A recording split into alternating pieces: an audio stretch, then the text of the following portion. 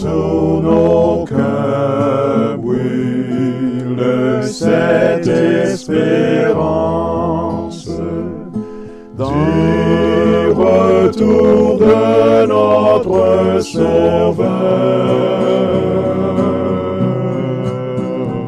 Différents faits divers nous interpellent et nous incitent à la réflexion. Ils annoncent un événement imminent et d'une grande importance. Mais comment l'analyser?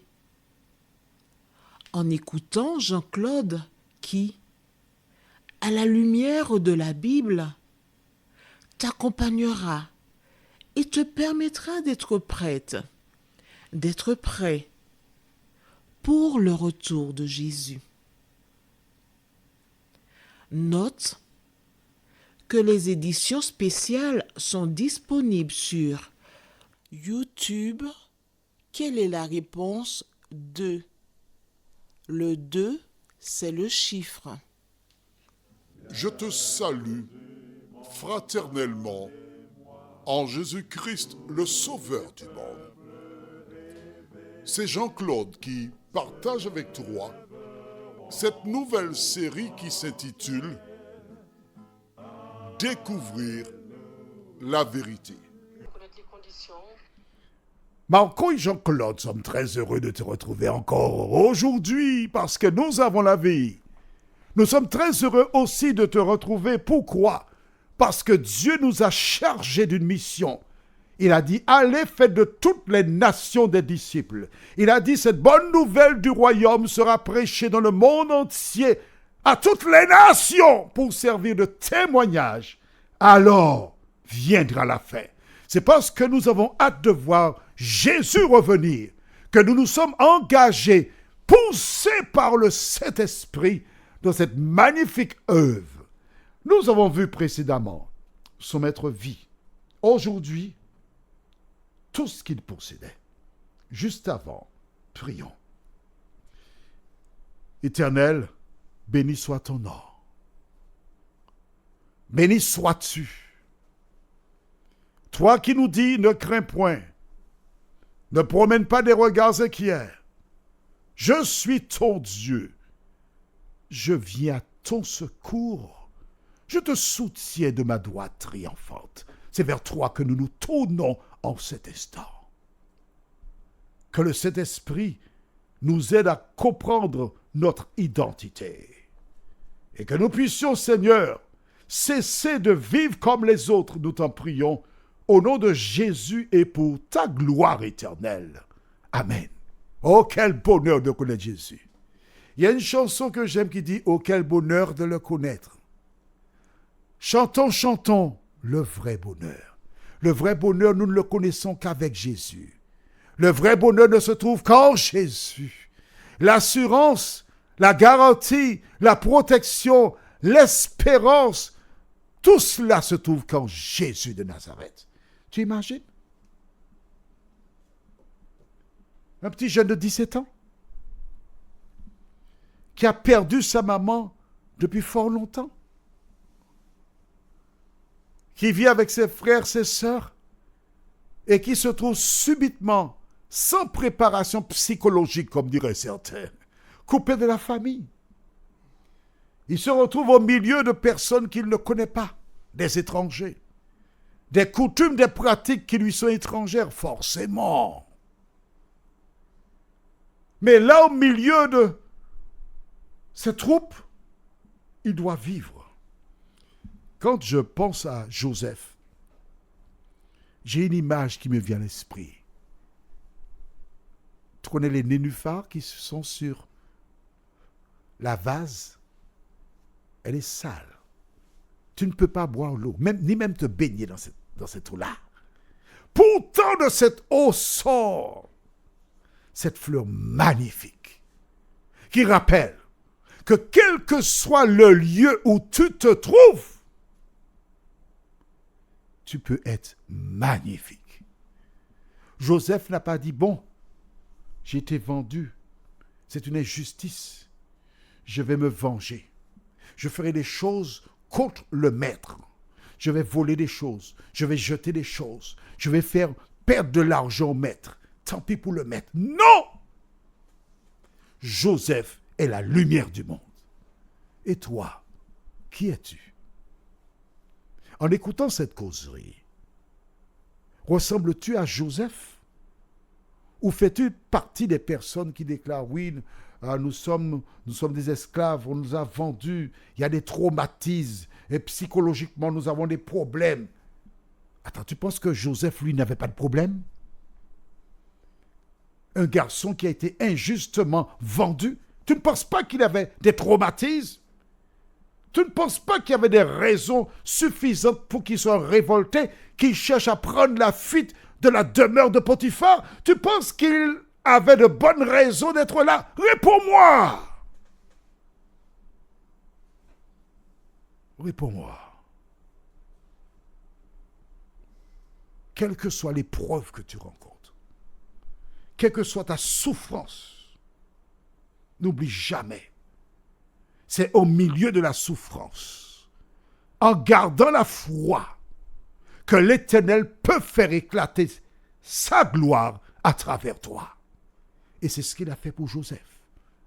Alors voudrais-tu me dire que Dieu l'a fait pour Joseph et qu'il ne peut pas le faire pour toi? Il existe une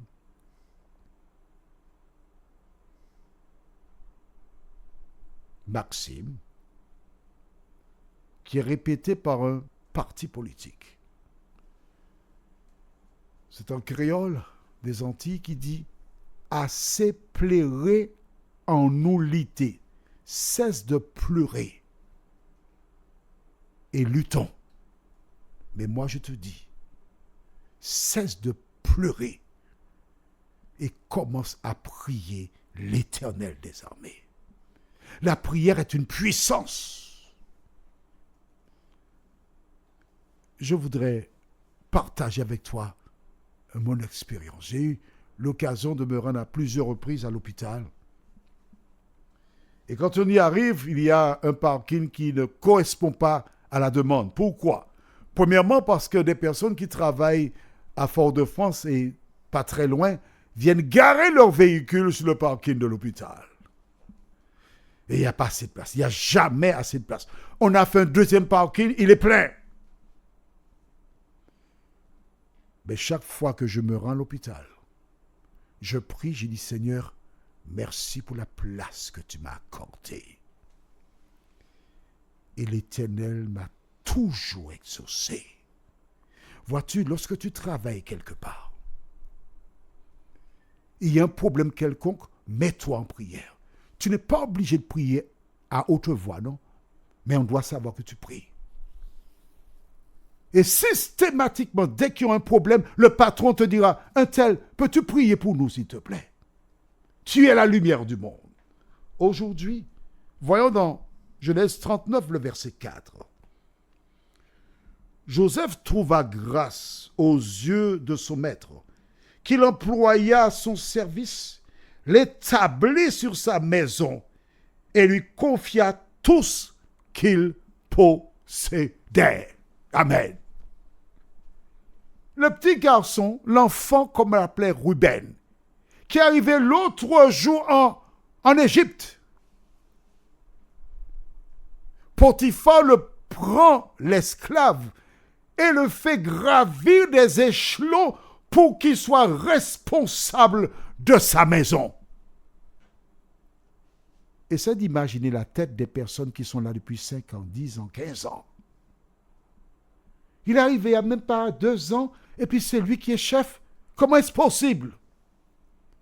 Et les gens cherchent à savoir, mais comment peut-il être chef après un laps de temps si court? Et tandis qu'ils chercheront à comprendre, ils découvriront Jésus de Nazareth.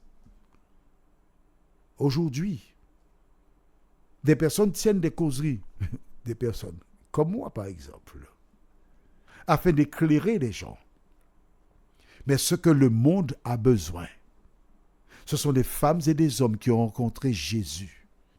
Et quel que soit le lieu où ces personnes travaillent, qu'elle soit la lumière comme Joseph. Et si ces personnes font comme Joseph, le Dieu qui a déclaré « Je suis le même hier, aujourd'hui, demain, éternellement », fera de même pour toi.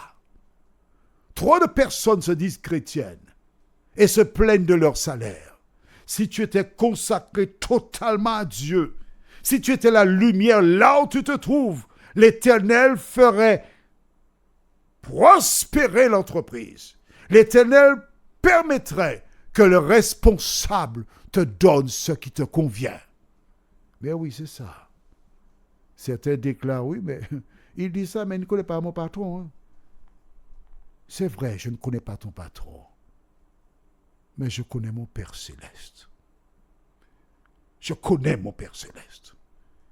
Je sais que mon Père céleste n'est pas un partisan. Je sais que mon Père céleste a dit, je suis l'Éternel, je ne change pas. Ce qu'il a fait pour Joseph, il veut le faire pour toi. Si seulement tu crois en lui. Si seulement tu fais ta part. Ta part, c'est d'être fidèle à la parole. Fidèle à Dieu. Marcher selon la parole. Et alors tu expérimenteras cette parole qui dit, assieds-toi à ma droite, jusqu'à ce que je fasse de tes ennemis ton marchepied. Prions, notre Seigneur et notre Dieu. Merci pour la parole. Joseph est arrivé en Égypte, esclave. Et voici maintenant, il est économe dans la maison de Potiphar. Seigneur, si seulement celles et ceux qui se disent chrétiennes lisaient la Bible, si seulement elles prenaient le temps pour l'approfondir, si seulement elles mettaient en pratique la parole, elles connaîtraient le bonheur. Alors Seigneur, merci. Merci de nous visiter. Merci de nous conduire jour après jour. Merci de nous aider à laisser le Saint-Esprit nous transformer parce que nous lisons la parole et nous te demandons de nous aider à la mettre en pratique. Cette grâce, nous te la réclamons au nom de Jésus et pour ta gloire éternelle. Amen. Que l'Éternel continue de te bénir.